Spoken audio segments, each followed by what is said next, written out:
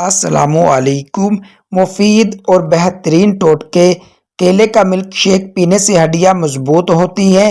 جو لوگ روٹی تیز کھاتے ہیں ان میں معدے کی بیماریاں زیادہ ہوتی ہیں۔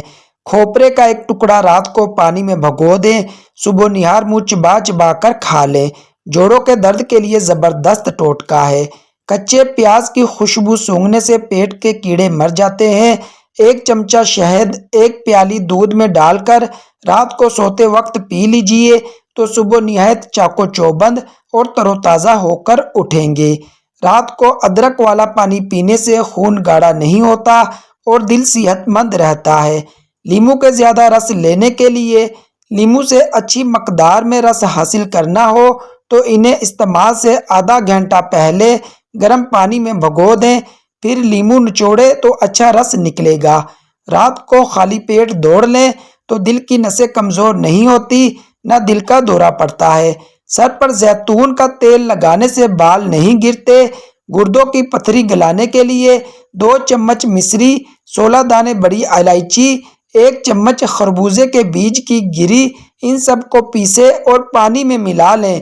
2 بار صبح و شام روزانہ پئیں۔ صحت مند زندگی کے چند اصول۔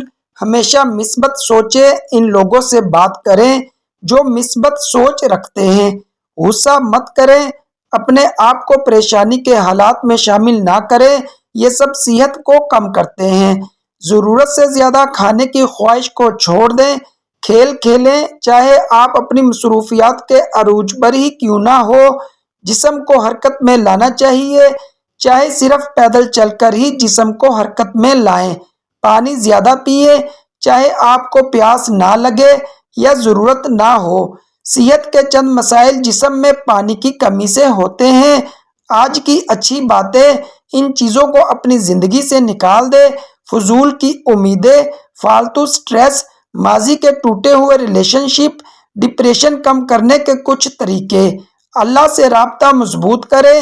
کچھ وقت کے لیے باہر کھلی فضا میں سیر کریں، ورزش کریں، نہا لیں، خود سے مثبت باتیں کریں، اپنوں کے ساتھ وقت گزاریں۔ زندگی کی مثال ہم لیڈوں کے دانے سے بھی سمجھ سکتے ہیں۔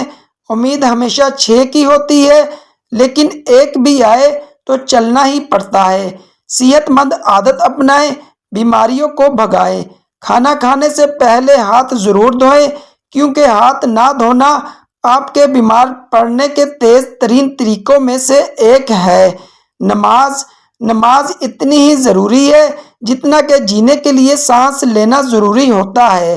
اللہ پاک ہمیں سجدوں کی لذت عطا فرمائے، آمین۔